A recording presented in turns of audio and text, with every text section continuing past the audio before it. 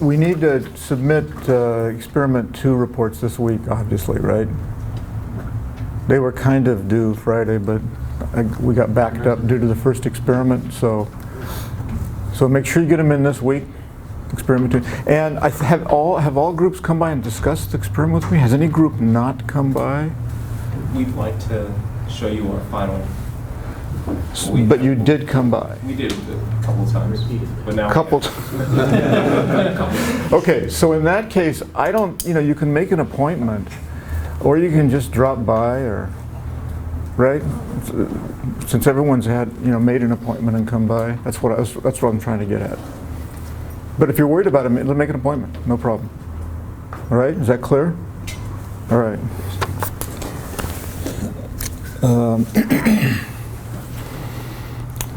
Let's see. Right. So what's next here is rotational motion of a body. We've avoided that. We've talked a little bit about rotations. Uniform circular motion is in sense of rotation, but here we're going to be talking about the actual body rotating. And like I said, we've encountered it just briefly, but now we're going to do a careful study of it. And this is similar to it's not as big, but it's similar to energy conservation in that it takes 2 chapters. It just gets a little complicated. So this chapter we're going to deal with a fixed axis of rotation, a body rotating about an axis of rotation that's fixed. And then the next chapter we'll let that axis of rotation move. Like a body, an object rolling along. That's got to move. Something rolling along has an axis of rotation that's moving. And tops and gyroscopes, we'll talk a little bit about that. Okay, so to begin, how do we, we're going to do a little bit of kinematics first. And how do we quantify the motion? Well, we do it obviously with an angle, right? We're going to quantify. We have this object rotating about this fixed axis. I took it to be the z-axis here. And we're going to measure the orientation of the body with an angle. How do we do that? Well, it's usually the positive x-axis. We measure counterclockwise. That's a standard convention here. You don't have to use it, but that's what most people use. A positive angle, angular displacement, is measured by counterclockwise angle here. And this is some reference line that we just imagine attached to the body. And we measure this angle theta. You can imagine that's how we specify the angular location of the body. And incidentally, these axes are fixed in the laboratory frame. We're fixing those. Now, I don't know if you guys know this, but you've probably heard of this before. The natural way to measure this angle, the natural units here are actually radians, which is a dimensionless unit. How many people have heard of radians before? Have all of you? Anybody not heard of radians? Well, anyway, we're going to introduce it to you here. It's the natural measure of an angle. Okay, I know everyone thinks in terms of degrees usually, but degrees can cause trouble, and I'll point that out. We're going to see one example today where the radian measure is better than the angular measure. So people will use both, but when you get down to theoretically, analytically dealing with angular motion, rotations here, radians is better. And what it is this. We want to find a measure of this angle. And we do it by, from here to here. We want to measure that angle. So you draw an arc, okay, this is of some radius. It's not going to matter what the radius is. And you take the arc length, s, and divide it by the radius. That's the definition. And that's going to be so many radians. You can see that it's dimensionless. It's length divided by length. It's a dimensionless measure. And furthermore, if you double the radius, what are you going to get for theta? You better get the same theta, right? If we doubled the radius and swung this, we haven't changed the angle. So we better get the same measure. Do you see that we get the same number of radians? Yeah, you double r, you're going to double s. This arc length is proportional to the radius. So, so that's good, and that's the Radian measure. So even though it's dimensionless, to be clear, people will often, in an answer, they'll write down radians. I guess technically you don't have, it's dimensionless. I guess you don't have to do it, but people do it anyway because they don't want confusion between somebody think it's degrees rather than radians.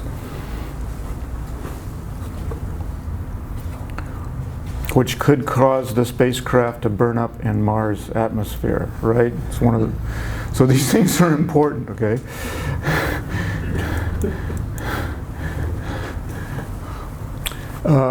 Now, there's we can easily get at the conversion between degrees and radians, and everybody uses this.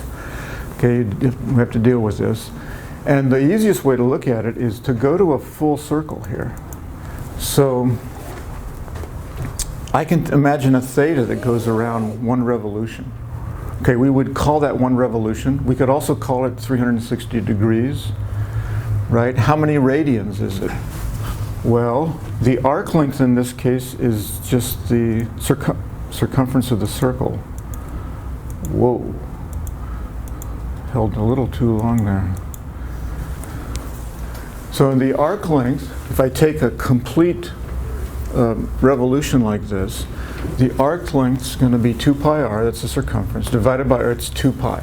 So there are 2 pi radians in a revolution in 360 degrees. So this is easy to remember or reconstruct, so people usually remember that. The thing that you'll find, I think this is what I use, and I think most people do it too.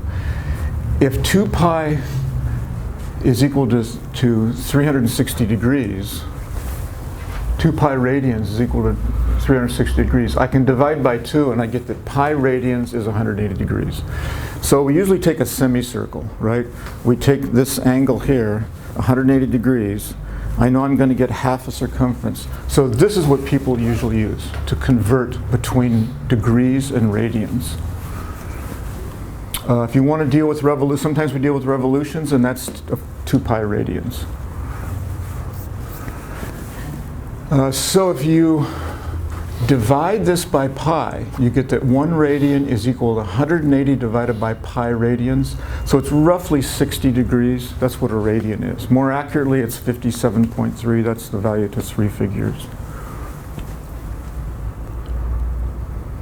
As special cases here, you can divide each side by 6. That gives me 30 degrees. It's pi over 6 radians. 45 degrees, etc.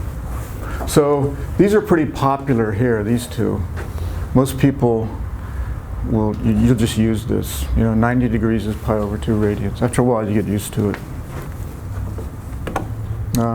Okay, any questions? That's we're setting things up here to get quantitative, right? To measure rotations. And we're going to deal with, like I said, kinematics first.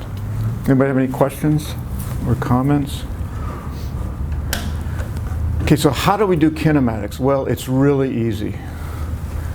We labored, remember in one-dimensional motion, x, delta x, average velocity, we labored over that, right? It carries over. It's like an exact analogy here. So let's go, we can go through it very quickly here. We analogous to a translational displacement, there is an angular displacement. It's the final theta minus the initial theta. So we're taking T2 to be greater than T1 here, or you can write this as final minus initial.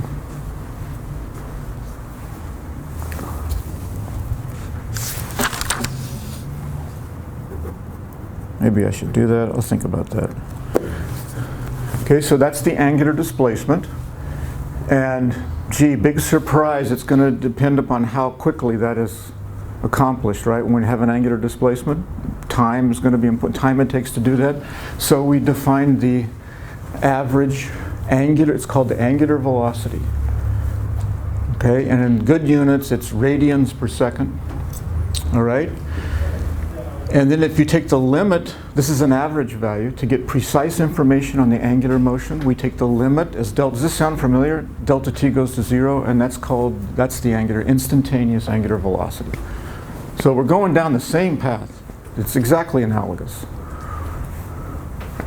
And we're going to find that we have to take one more derivative to deal with in dynamics. So, in other words, the rate at which this angular velocity is changing is important. So we just iterate what we did before. We define the angular acceleration to be delta omega delta t, and then the precise thing is the instantaneous value, and we take the limit as delta t goes to 0. That's called the angular acceleration. So that's the derivative of omega with respect to t, which is two derivatives of theta with respect to t because of that. Now, this is an exact analogy here. And remember, constant acceleration is a very important special case because when there's a constant force, there's a constant in one dimension, in linear motion. Constant force means constant acceleration.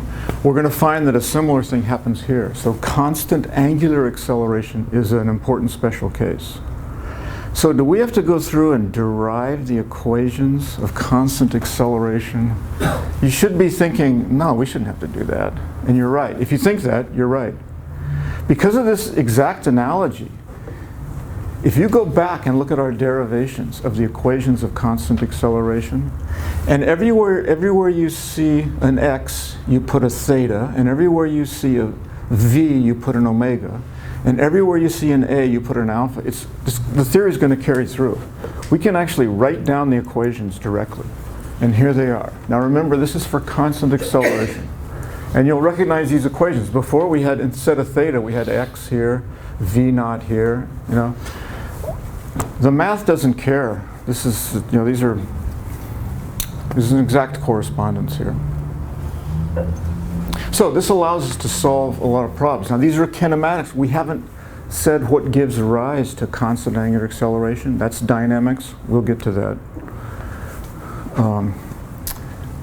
tomorrow, okay? But we can now solve kinematical problems. So here's a simple example. This is analogous to straight line, motion along a straight line.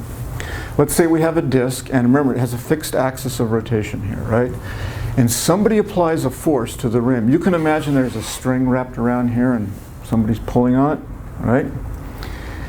And here's what we're given.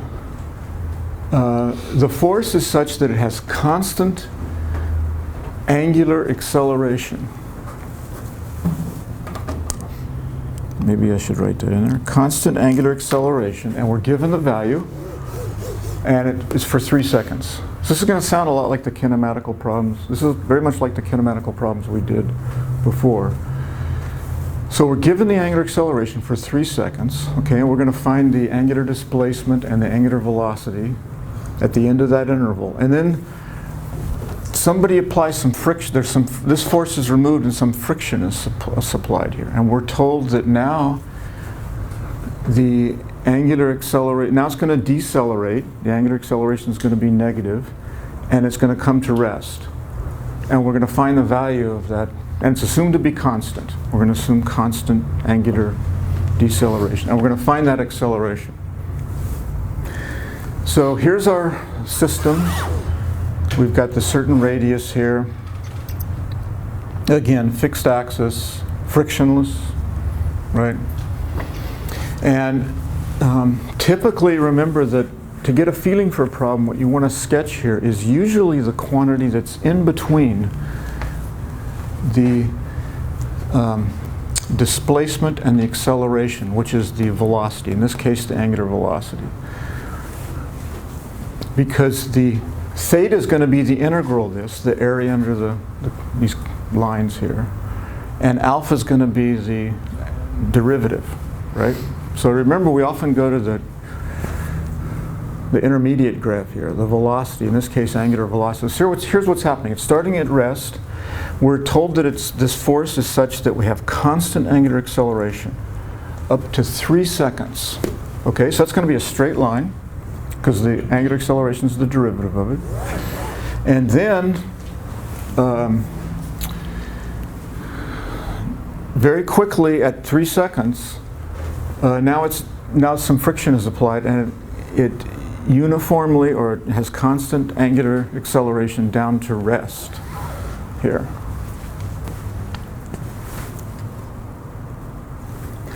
Now I don't have all the information on this. We could put all on here. You know, we know this slope right here. And what do we know here? What do we know about this segment of the motion? Where is it? 15 revolutions. Yeah, we know that it makes 15 revolutions. So that's the area under the curve. Now you don't, this is a geometrical appreciation. We're just going to use these equations like we did before. So let's look at the first part of the motion. We're given the acceleration, we're given the time, so we're going to use this. Here's the general equation for constant angular acceleration. What's our initial theta? Well, we can call that 0. So I'm going to zero this out. What's the initial angular velocity? Well, we're told it starts from rest. So this is 0. These two terms drop out. And we just get the usual Galileo thing, right? Instead of x is equal to 1/2 gt squared, we have theta is equal to 1/2 alpha t squared. So I plug in the numbers. We're given these numbers here. And I get 18 radians. And you remember 18 radians is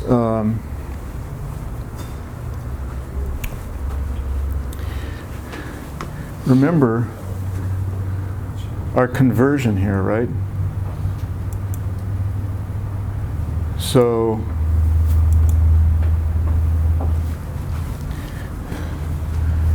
if I have 18 radians and I want to convert it, what am I going to I'm going to multiply by 1, right? And what's the representation of 1 that I'm going to use here? Well, I know that in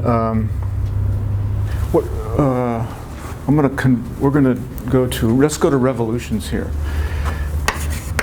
to get a feel for this answer. Okay, so how many radians in a revolution? 5. Right. So 1 revolution is 2 pi radians. So this is roughly 6. I'm roughly going to get, did I make a mistake here? I'm roughly going to get 3 revolutions. Yeah, there it is. I need to clean this up. So it's roughly 3 revolutions. And you can get it accurately with this. This is how you would convert to revolutions. And you can convert it, you know, to degrees if you prefer. But once something gets beyond a revolution, usually we quantify it in revolutions, but it just gives you a better physical feel. Okay, we're also asked to find the final angular velocity. That's the angular velocity. That's right here. It's on the graph here. That's the final angular velocity. So now we use the simplest of the 3 equations. So for constant acceleration, here's the general equation. Initially there's 0. We know alpha, we know the time. We don't have to use that. This is the most direct way of solving for the final angular velocity. It's just going to be 12 radians per second. And that's going to be roughly 2 revolutions per second at the end, at the max there. Now the second part of the motion is obviously yells out for the no time equation, right? We're not given any time information. We're not asked about anything about the time. So you naturally think no time equation. You don't have to do this. You can take a circuitous route, you know. You can go through and make these problems just about as complicated as you can imagine, okay? But the most direct way is to use the no time equation. Now what do we have? What's our initial omega naught? See, now we're looking at this time interval from here to here. So we do have an initial omega naught. We don't have a final omega naught. So I'm going to set this equal to 0. This is the final value. The initial value is Yeah, it should be 12 radians per second.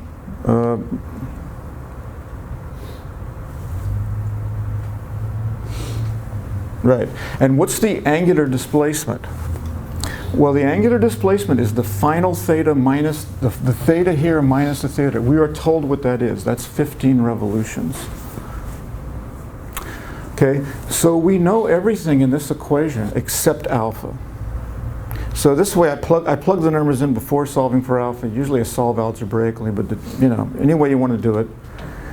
We have one equation and one unknown, and I put in the 12 radians per second that we know, okay, that we found in the first part of the problem. So you just calculate it, and you get minus, it's a negative angular acceleration, and it's about 3/4 of a radian per second squared.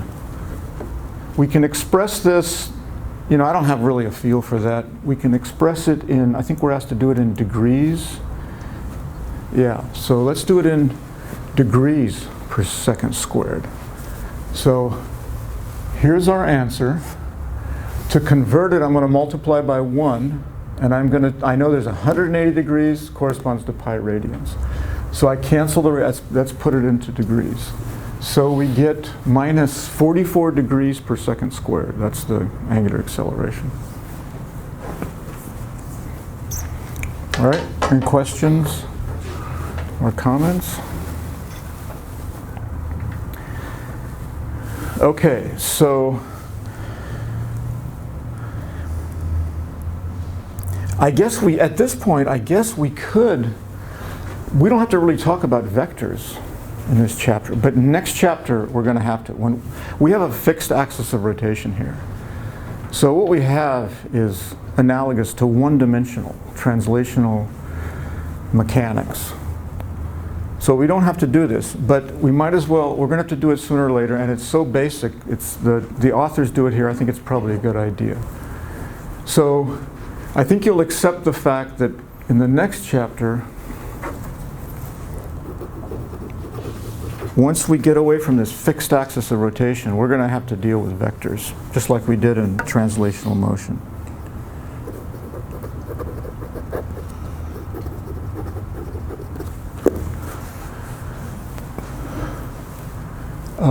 Okay, so we're going to be dealing with vectors.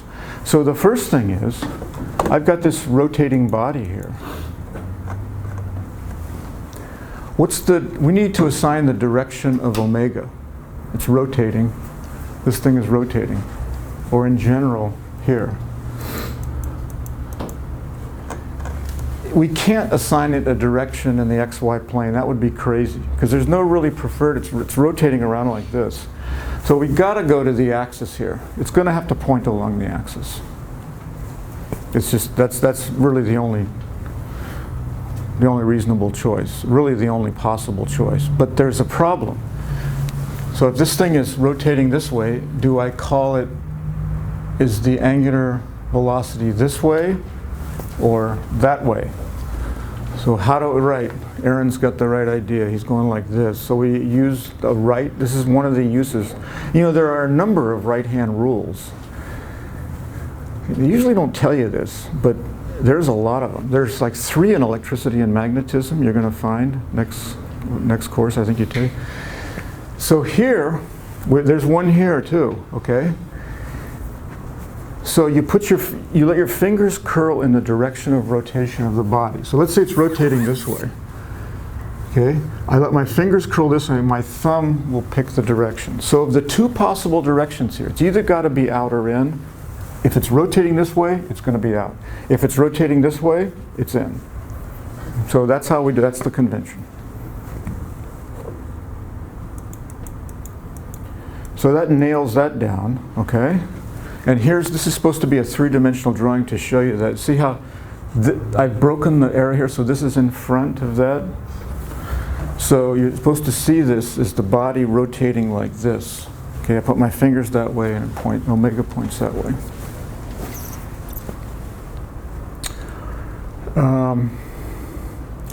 Now the angular velocity is fine. It is a genuine vector. It obeys all the properties.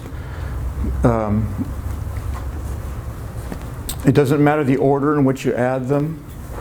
if you've got, and we'll talk a little bit about this. It mainly comes up in higher level mechanics courses, but you need to be able to add two angular velocities together.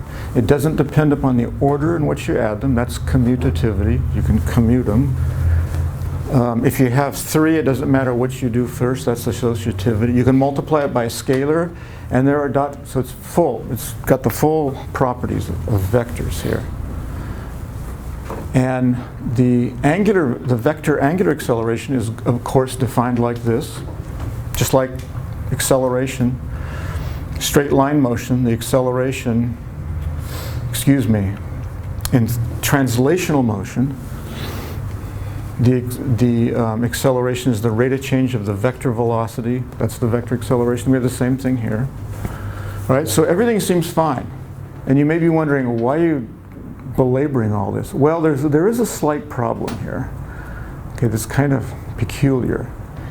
And that is, you notice we've avoided talking about the angle here, theta. Theta corresponds to, for translational motion, corresponds to r, which is a vector, obviously. Is theta a vector? Well, it turns out theta is not a vector. It has a problem. But I want to quickly tell you that it's not going to cause us, it seldom causes anybody a problem, no matter what level of mechanics you're doing. This is the introductory level, right? Remember, there's three levels, right? The intermediate level, sort of undergraduate, junior level, junior year, and then there's the graduate level.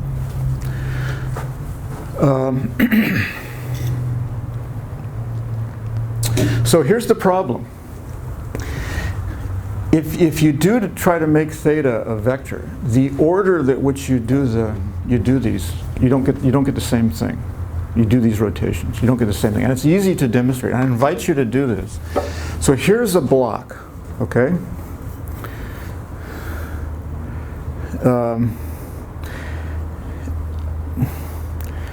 So somebody, it was me, cut up a 2x4 and painted it, just so you could clearly see. It was done very quickly.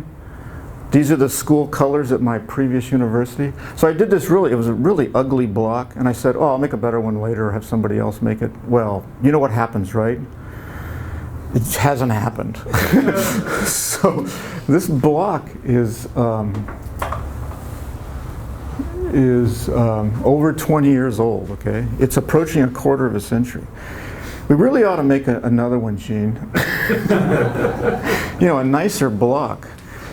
With NPS colors, right? Yeah, what are the NPS colors? We don't have colors, do we? Oh, we do? Oh. It's on the crest. Oh, you're right, yeah. I don't like it. But gold. Gold. Yeah, well, then we can paint just gold and we'll be... Okay, so let's say we start off with this thing here, okay? So here's the x-axis. Here's the x, y, z. I want to use a right-handed coordinate system, even though it's not going to matter in this case, but you always use a right... When we talked about this, just to be careful. Because when you get into cross products, if you're not using a right-handed coordinate system, if you flipped one of these positive directions, you could destroy the universe. You know, you'd violate energy conservation and it would be over, okay? So, let's rotate it about the, well, I said the z-axis first here. So here's the z-axis. I'm going to do a positive rotation of 90 degrees.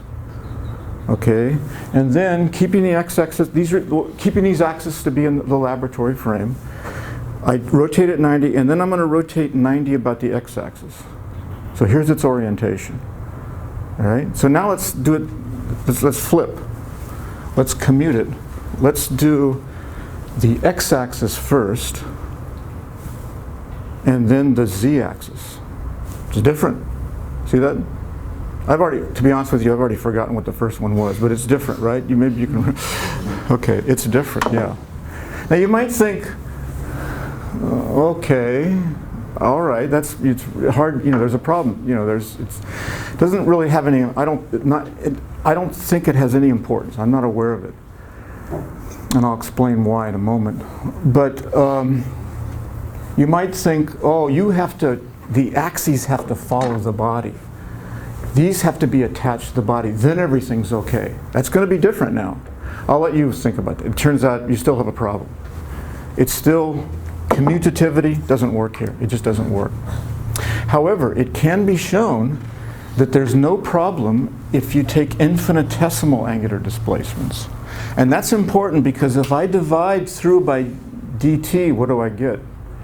I get that omega obeys commutativity, which is important, and so there we don't have any problem.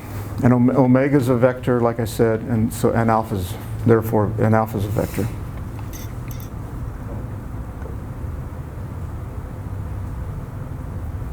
So you can do this. I encourage you to do this. Now, somebody who knows very little physics is going to think you're really strange if they see you doing this, okay? But so what, right? In fact, they might get interested and ask you what you're doing, and you have a chance to explain it, which is always a good experience, usually a good experience. Okay, any questions about that?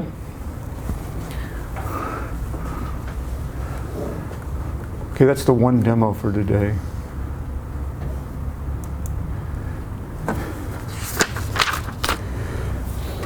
Okay, so next, let's go back now to the fixed axis thing. All right, and one of the things we need to be able to deal with here is the connection between the rotation of a body and what's happening for any particular point on the body. We need to make a connection between translational and rotational variables. So here we have this axis, which is fixed for now in this chapter. And let's say the object has some instantaneous omega here, instantaneous angular velocity. Pick any point on the body as long as it's not on the axis, okay? Although what we're going to do here works for the axis, but we want to be general.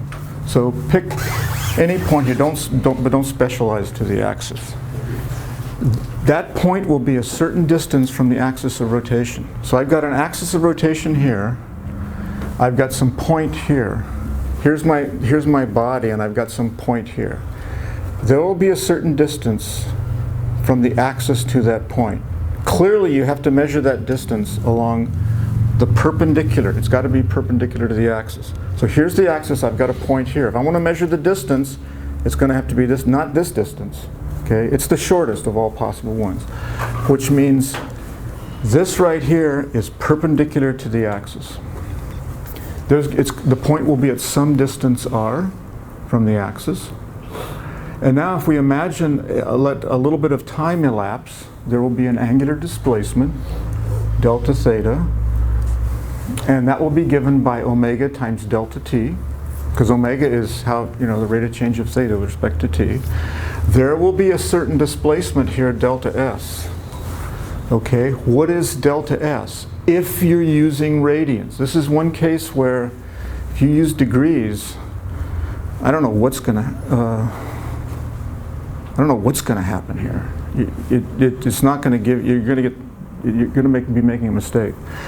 So this is the relationship for radians. This is our definition of radians here. This is essentially the definition for radians. The angular displacement is the arc length. We just have deltas here now. The angular displacement is the arc, the displacement of the arc here, this distance divided by r, the radius. So I can take this, divide by t, take the limit as delta t goes to 0. This becomes the instantaneous velocity of the particle. This becomes omega, and we get this simple but very important relationship that we will use a lot. V is equal to omega r.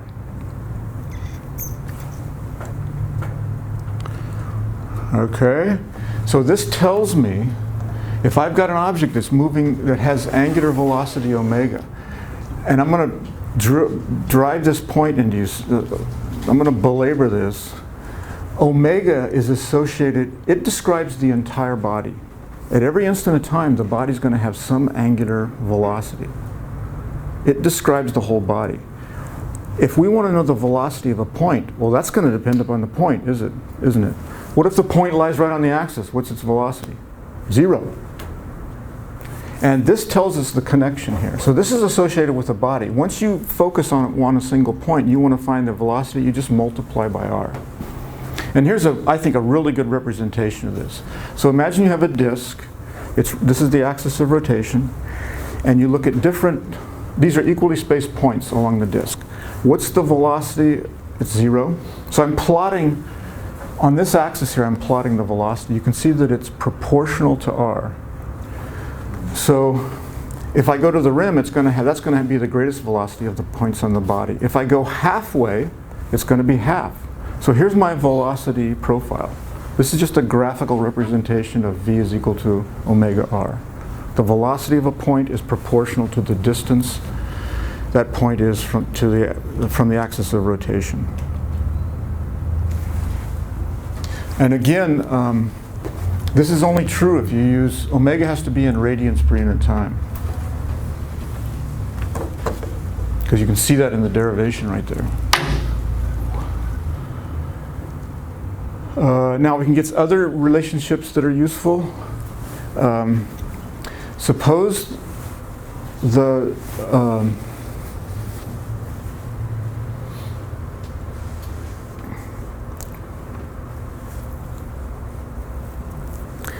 let's imagine the body goes through 1 revolution, okay? And a quantity that's used sometimes to quantify that is the period. The time it takes to do 1 revolution is called the period. We'll call it capital T. So in that case, if I know that if the object's has gone through 1 revolution like this, I know that a point will have gone through a distance of 2 pi r, that's the circumference, wherever the point is here. And this is in general, this doesn't just apply here, it applies to any case. A point is going to be moving in a circle, right? No matter what. Oh, actually, here.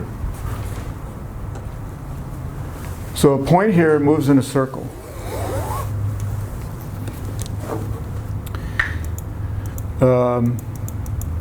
So the speed is the circumference divided by the period. Circumference is 2 pi r. So this gives us a relationship involving the period. The period is 2 pi over omega for this rotational motion. This turns out to be actually more general than this. It works for oscillations too. Same formula. Unfortunately, we just can't get to oscillations in this course. We're just not enough time. Now, let's make the connection. So this is how we find the velocity of a point. If you know the angular velocity, you can find the velocity of a point. What about acceleration? That's going to be an important quantity for us to know here. How do we find the acceleration of that point? Well, if it's constant angular velocity, this particle is going to be moving in a circle with constant speed. We call that uniform circular motion, remember? And we found the acceleration for uniform circular motion. It's given by v squared over r. It's called the centripetal acceleration. So at this moment here, for constant angular velocity, the acceleration has to be directed towards here, and it's given by v squared over r. If you now substitute, v depends upon r. Remember, v is equal to omega r. So it's natural here to substitute replace v with omega r, which is on the previous page there.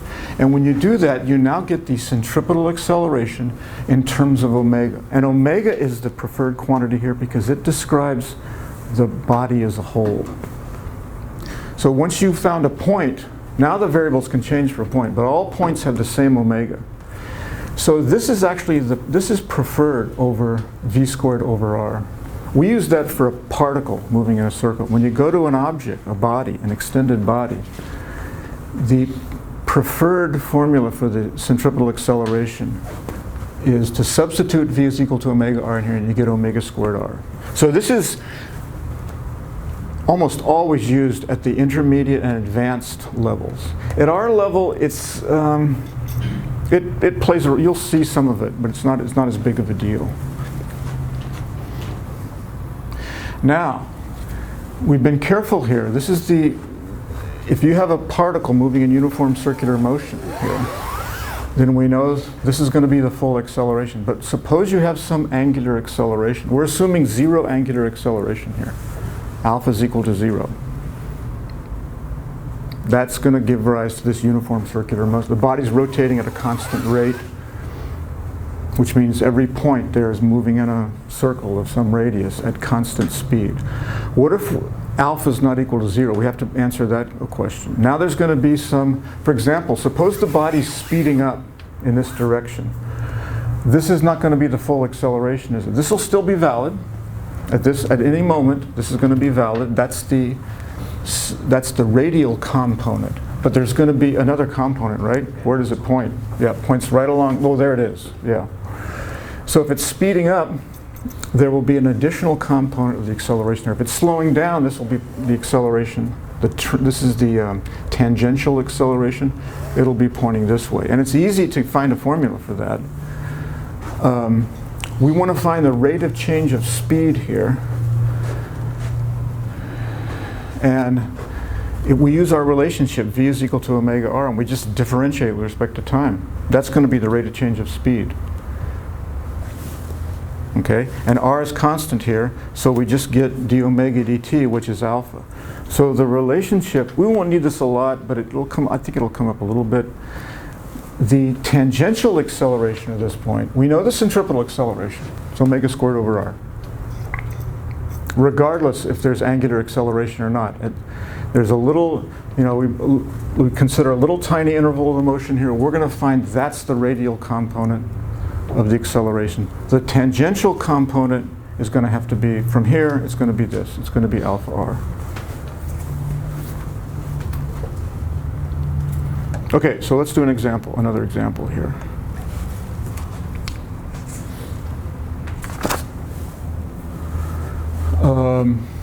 So we're going to use the previous example.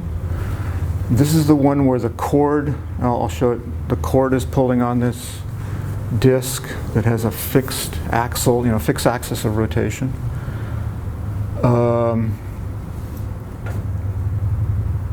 What's the tangential acceleration while the force is being applied? What is the speed and acceleration of a point on the rim just after the force is removed but before the friction is applied? Okay, so remember here's the, somewhere here, yeah. So here's the situation, we're given these quantities here, okay? So let's look at the first part of the motion.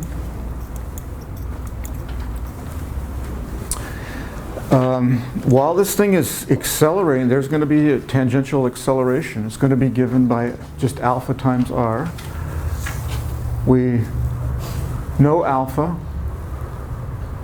We know the radius of the disk. So this is going to be the tangential acceleration. And how does it change in time over the first part of the motion? Is it changing? Oh. Now, maybe you're having trouble here. The direction of the tangential acceleration is going to change, right? The object. But the magnitude, we're just dealing with the magnitude. The magnitude doesn't change because alpha is constant. Okay, so it's going to be, you just calculate this and you get that.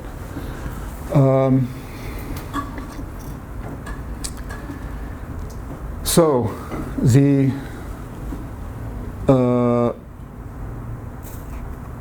at the end of that first interval of the motion, that's going to be the greatest velocity. The point on the rim, we're talking about a point on the rim here. And that velocity is going to be just, technically speed, is just going to be omega times r. That's its maximum omega. Remember, it's 12 radians per second. So we multiply that times the radius, and we get 6 meters per second. That's the maximum speed of a point on the rim.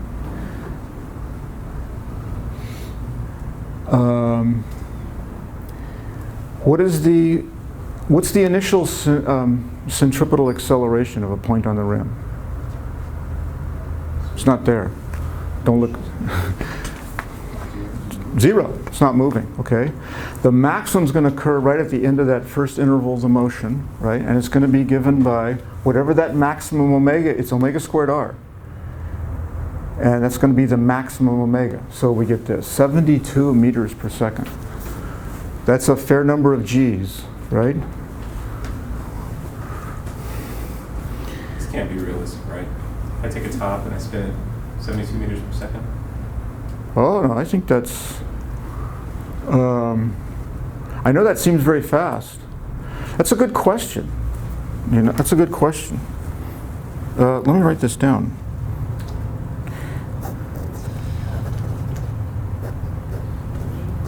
I think I never thought of it before because I didn't think of it in terms of G's. But when you think of, well, this is a kind of a small disk, right? So you want to be careful about that. That could go both ways. That could tend to cause a small value, but it also could be a lot bigger. What's the radius? Well, we said 12 radius, but it's just under 2 revolutions a second. Yeah, that's a good. Eric has a good point. If you think of this, this is only we say a couple revolutions per second. Just at here at the moment. Very reasonable. Yeah, this is a good point. I don't think there's any problem here. Yeah, that's a good point. That's pretty impressive. You wouldn't want to undergo this for an extended period of time, right? Some of you have been through this. Somebody told me they've been through this. So this is roughly 7 G's, right? So who was it? Who's been through this? Nobody wants to admit it? Mitch, was it you? Yes. Okay. Thanks for speaking up. I wasn't exactly sure what you're talking about. Oh, sorry. Yeah, so, but I imagine this is pretty, I would be vomiting all over the place. I get motion sickness. Yeah, and I pass out. It was surprisingly bad. I was surprised by how... And you were subjected to what? We did, I think we did 8 something. For about how long? Very, very short. Oh. You just have to hit it. You basically have to hit the mark, and then you have to stay conscious, basically. No, seriously, that's No, I believe it. I believe it. Yeah, I believe hit the mark it. and stay conscious. And I'll just tell you the story. So you kind of do different things, right? So the first part is you just kind of staring like you're, they have a little fake control stick where you're supposed to be. And then they have one where you're looking like this. Oh. And because that simulates a dogfight. Because when you're really fighting, you're really looking back at the guy you're fighting. I don't want. That one's really tough. And I'd be that's pushing when you that have to hit button, this one where you hit, kill button. I think this one you have to hit 8 G's. And you just have to stay conscious, so you're hooking the whole time. And they're like, okay, hit it, knock it off, and then you come back down. And it's kind of funny because luckily I did it after I had been flying for 3 years, so I was fairly experienced. And basically it hurt a lot. I was very surprised. I was bruised all down my legs, but because you're squeezing the blood back up in your head. But a lot of the younger guys, they didn't make it. It took them like maybe 3 tries. They kept on passing out. It's pretty violent. Like I was surprised. It was fun. Yeah. Wow. But again, cockroaches, no problem. I told you that. They're not going to push that button, the stop button, or emergency button. Oh, there's one more question here. Now, just after the force is, when it maxes out, when the omega maxes out, the force is removed, and then a brake is put on there. Just in that little interval of time there, the question here is, what is this?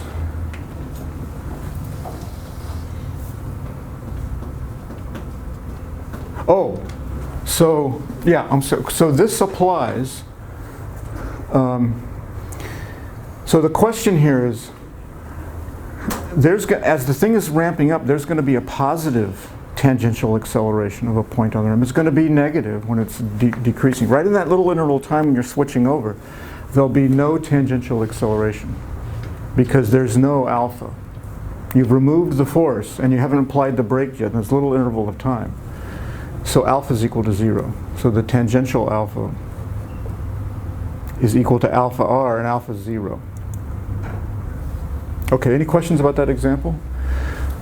Let me just set the stage for where we'll begin tomorrow. This is kind of interesting here. So we got to do dynamics, right? That's obviously the next thing. So you might think we would go down the same road that we did before, but that's not what we're going to do. We spent a lot of time developing energy conservation, right? We can use energy conservation to get at the rotational dynamics. We could have done that before, but you don't do it at this level. At more advanced levels, they can do that. It's just not good for introductory students here. But now that we've gotten energy conservation, we're actually going to use that to come up with the dynamical equations, which is probably not obvious to you how that's going to work, but we'll do that tomorrow. Anybody have any questions or comments about anything? So we'll start with this tomorrow.